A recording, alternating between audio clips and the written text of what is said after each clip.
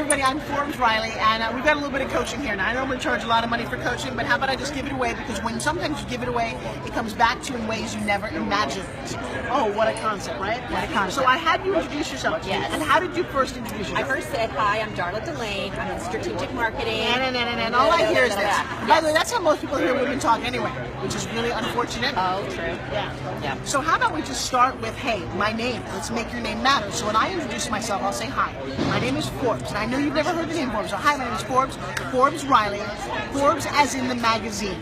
1, 2, 3. Now, so you said Darla, and she's like, Darla, as in Little Rascals. No, it's not the point of this. Right. You want to open my brain for a second. And so now, something like, hey, my name is Darla. That was a character in Little Rascals, and I'll tell you, if businesses need to make more money, I am definitely a rascal. Darla. Wow, okay. Yes. So now I'm going to walk around the rest of my life and go, oh, Darla. Yes. Once you get it in your brain, you can't forget it. How do I know this? Because I've got a whole bunch of crazy clients. One of my clients, years ago, he was this big guy. Now, the thing too is you have to know who you are. You have to speak with an accent. We as Americans are obsessed. What country you come from? You're like, no, you're Netherlands, you're England, you're Japan. All right, so you need to know that. So he said, Forbes, everybody calls me Heinrich. I said, because we drink Heineken beer. If that's not my name, I said, well, let's change it. Make it work. His name, and this is how we introduce him. Hi, my name is Henry. That's Henry in Swedish. Oh, God. In fact, Marilyn, you know. Heinrich, you know that. Heinrich, yeah, Heinrich Stenson. Not Heinrich. It's Henrik. Henrik in Swedish. So now you know always Swedish, and that's his name. And I've never forgotten it because I know Henrik. I did this with Marla. Come here for a second. This is a really funny thing. I don't know if you noticed, but Marla might be Asian. Funny thing. Now, what do people sometimes say to you? What's like the next question they'll say to you? Where'd you come from? What are you? What are you? What are you? Now, I get it all the time. Now here's the thing. Nobody needs to be insulting, but you know that's coming, right? So you might want to help us. So Marilyn, where's your ethnic coming?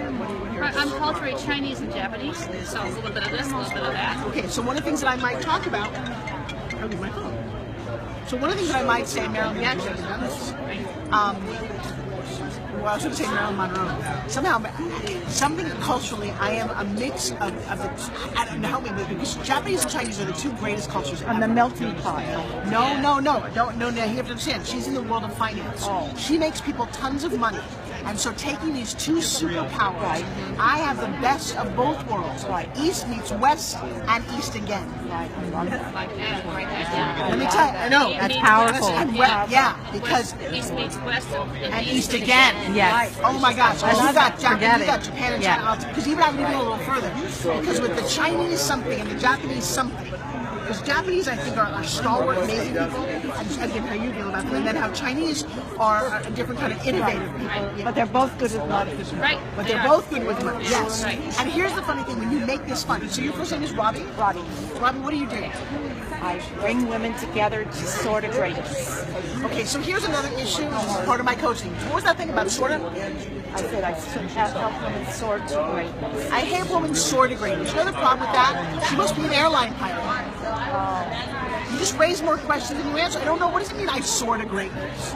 Don't be that ethereal. Tell me what you do. What do you really do? I network and have meetings and bring women together. Okay, now the other question is I don't care what you do. I'm sorry. What can you do for me? I can help you meet people that you want to meet and get you to know more people than you ever knew. Now I want to talk to her because I don't really care. I don't want to soar to greatness. And hey, Forbes, you know what? I bet that if you knew 10 more women who were in power, your business could explode. Would you like to meet them? Right. Well, there's a yes. And I'll tell you, when you start to think this way, and this is what I coach, because I don't know why no one thinks this way. I think it's because I was such a shy, introverted little kid. I came up with all these things to make it work for me. So the next thing I do is, so now ask me what I do. Oh my God, that's so funny you should ask. See, when I was little, I used to love to play with animals, and I would take care of them. And I'm sorry, you asked, I'm a vet. Ask me again. I'm a vet. Yeah. Which one do you like better? The one that I can picture playing with animals and loving them. Okay, so the same thing. Ask me what I do. What do you do? Well, I can tell you I'm a television host or I'm on 2.5 billion. I don't want to do that. Ask me again. What do you do? I created the greatest fitness product on the planet. Want to see it? Yes. Okay, watch this. I got a yes, and now the conversation is about me. And in about 30 seconds, she's going to hand me $30. Uncross your legs. Put your hands like this and go 10, 9, 8, 7. 6. Oh, yeah, it really is the greatest book. Yeah. Your belly button. Oh, look what happened to her face. Yeah, no. Give me a thumb. Straighten your arms like Superwoman and go 10, 9. Oh, whoa. Now pull the back. Now pull the back of her arms. Here, Robbie. Oh my God. Oh my God. Yes, it's called the O workout. Oh my God, I make you feel great. Now, last thing. Put this on your chest. I love you. Out. See you later. Now, hang on. Now, here's a weird thing. I got very excited here and we disconnected this stuff. 3 seconds. So now you have to put your hands 6 inches apart and wind it up. Maybe I don't know who you date, but that's not 6 inches. That is. Now the reason I say that is because it's very important. Bobby's going, yeah, I got you wired. It doesn't wind if you're far apart. You're going to rewind it, and you're going to give it a tug. Put this on your chest right here. And I want you to punch like you mean it. Punch. 10, 9, 8, come on, go 7. Now say I'm strong. I am strong. Don't say it like a question. I'm Are strong. you successful? Yes. Show me. Say I'm successful. I'm successful. I'm successful. You believe her? No. No. I know, man, this is what I do in my workshop. I hate to be rude. I'm glad you said it, not me. Because I didn't believe it either. Okay. It's got a question mark. Got a question mark in here. Thank you. And we can all see it. That's what's really bizarre. Yeah. That is quite a tool. Yeah. So on that note, that's why you want to come here. That's why you want to come study with me. I'm not kidding. This message that I do will help explode your business and explode everything. Yeah. I know. Can we come? I want to stood up. Do you? Oh, okay. I do. Come to my booth. I got a whole bunch of things. 516. What? Yeah. Interview. So I'm going to interview you Oh, now. okay. All right. Then we got to go to lunch. Yes. Okay. Okay. So I am Shelley Rubin. I am a college planner. Hey, college and planner. you're watching EDFIN TV live radio show that I host. EDFIN mean? EDFIN TV is, I am a college planner by day.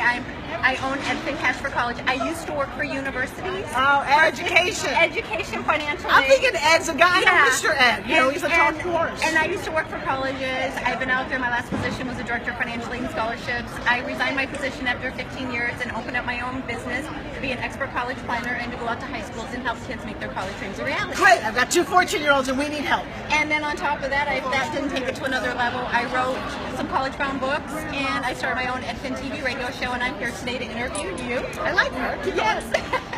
And so tell me out there, give everybody an idea of what you do and why you do what you do. Well, give me your thumbs. I'll show you. Okay, so I'm Okay. going to keep you busy while I'm doing something. Okay. I get people healthy, wealthy, happy. So, did you hurt your shoulder? No. And straighten your arms, both of your arms. Oh, okay. No. Straighten both your arms. Oh, straight. Oh, okay. Now, stand up tall for me. Just go 10. Relax a little bit. Go 8. Come on, 7, 6, 5. Okay, so here's what I do. I take women who are amazing and successful and let them enjoy their life. Okay. And not be so whatever. All right, so here's the deal. I spent most of my life as an actress. I had a crappy, crazy little childhood, but it was the most blessed. I wouldn't change it for anything. I had a broken nose and frizzy hair. I had braces for 8 years. I was overweight. And my parents are very, very middle class, and they love me a lot, but they just have their own issues like everybody does. When I was 14, my dad stuck his hand in a printing press. We were actually doing an interview here, girlfriend. Come over here. This is my Hello, girlfriend. come in. Say hold on. Say hi, Olivia. She's loud. We're taught how to get my kids in college. So, and the world just exploded. So, when I was 14, my dad put his hand in a printing press, and he spent 3 years in the hospital. And we had no money for college. It's kind of interesting. And I was a really, really smart kid. I was so smart that I skipped a year of high school, graduated college with 2 degrees in 3 years. I know. And the We fact have a lot in common. really? Did you do that shit? Yeah, because we're both a little overachievers. I actually dropped out of high school, went back to school, and I have my own business, and I'm finishing up my PhD in psychology and history. So the reason that we're talking to you is because we represent, and so does my Olivia here, women or Say hello to Olivia. women who started out not with a silver spoon, not with everything in life, start out with basically nothing. In some cases, I started out with less than nothing. I know what it's like to be completely broke, and then have my mom held up in the house at gunpoint and have them take everything that we owned, including all my jewelry, which is where I have weird phobias about all that stuff. So if you're somebody who doesn't believe that you can, I'm here, and that's the purpose of my life, to say, you know what, you can. All the stuff and all the stories that you can tell me, I'm sure they're great, and we can work through some of them, and I have people release stories, but it doesn't matter. What if today was just day one?